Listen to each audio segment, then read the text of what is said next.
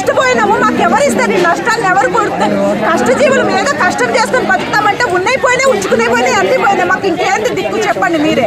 మాకు చాలా నష్టాలు జరిగింది. మా నష్టపరిహారం ఒక నోటీస్ కూడా రాలేదు కోల కొడుతున్నామని. వస్తువులు మున్సిపాలిటీలు వస్తున్నారమ్మా, కోల కొట్టేస్తారంటే రోడ్డు పెద్దలు చేయాలంటే కోల కొట్టేస్తారంట అని చెప్తే రోడ్డు పెద్ద కావాలంటే మా ఒక్కతే కాదు